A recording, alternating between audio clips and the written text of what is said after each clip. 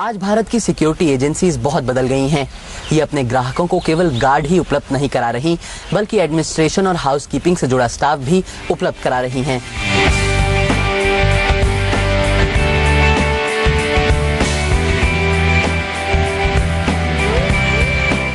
Mall के gate पर frisking करते सिक्योरिटी गार्ड्स, स्कूल के गेट पर तैनात, ज्वेलरी के शोरूम की रक्षा करते सिक्योरिटी गार्ड्स।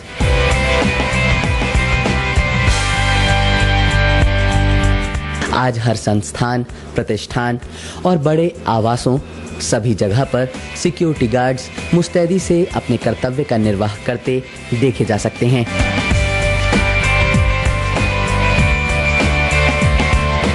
उनकी उपस्थिति और विजिबिलिटी ये बताती है कि सिक्योरिटी गार्ड्स का बिजनेस अब तेजी से बढ़ रहा है।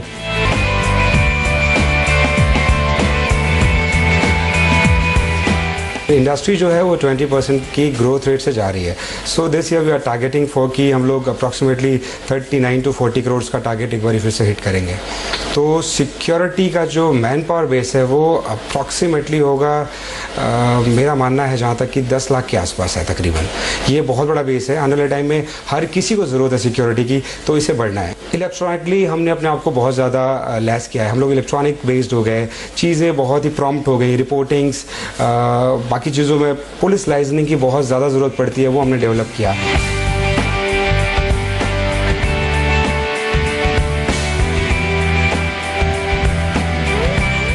यही नहीं, सिक्योरिटी गार्ड्स के रोल में भी व्यापक परिवर्तन आया है।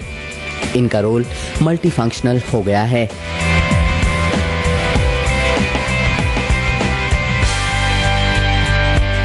हम लोग पूरे पोर्टफोलियो में से 5% रेजिडेंशियल कर रहे हैं और 95% कॉर्पोरेट और रिटेल मिला के है। सो इंडिविजुअल भी कर रहे हैं। ऑफ कोर्स VIPs को हम लोग पर्सनल प्रोटेक्शंस भी देते हैं। इवेंट्स में सेलिब्रिटीज़ एंड ऑल को हम लोग मार्शल्स, बाउंसर जो आप अपने आम भाषा में कहते हैं वो भी दे रहे हैं। कॉर्पोरेट्स को हम लोग supervisors, security guards, security officers वो लेवल भी दे रहे हैं। तो कपल ऑफ गार्ड्स से लेकर के 300-400 तक की स्ट्रेंथ हम लोग दे पाते हैं।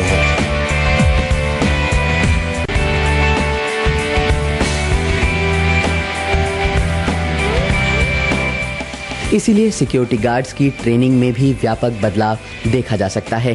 पहले जहां सिर्फ फिजिकल ट्रेनिंग पर अधिक ध्यान दिया जाता था, वहीं अब उन्हें मैन पावर मैनेजमेंट से लेकर फायर फाइटिंग तक की ट्रेनिंग भी दी जा रही है।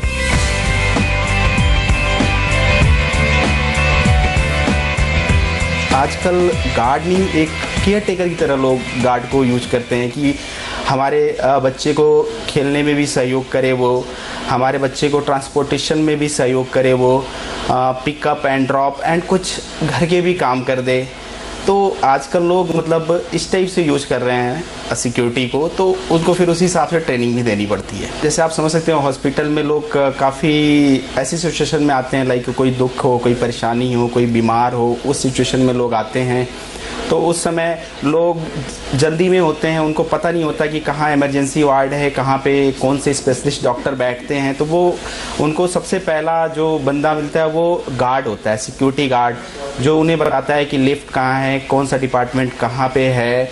तो उस हिसाब से उनको ट्रेनिंग्स भी जाती हैं, लिफ्ट, कौन से डॉक्टर्स कहाँ बैठते हैं, कहाँ इमरजेंसीज हैं। तो वहाँ की ट्रेनिंग्स बिल्कुल अलग हो जाती हैं और वहाँ पे गार्ड का काम बिल्कुल अलग हो जाता है।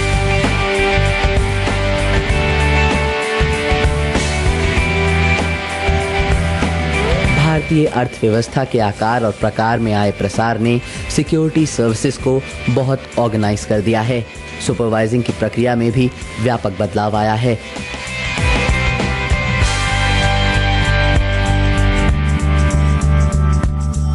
Decided periodicity at which these visits are made. GM makes once a month.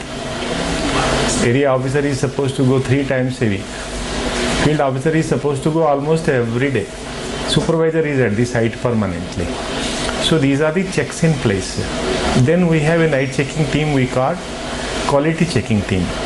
We have given eco van with company's name printed on that in the night checking team. We have a bag where they are keeping different parts of the uniform. They keep razor also.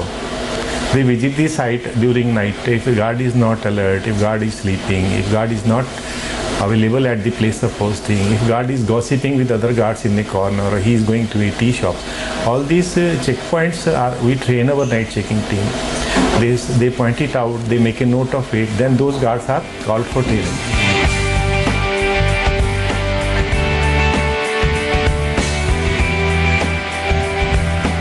तेजी से बदलते security services के रास्ते में अभी भी काफ़ी बाधाएं हैं, जैसे मैन पावर की समस्या, आर्म्स एक्ट से जुड़े कुछ कानून। उम्मीद है कि धीरे धीरे इन समस्याओं का समाधान भी निकल ही जाएगा।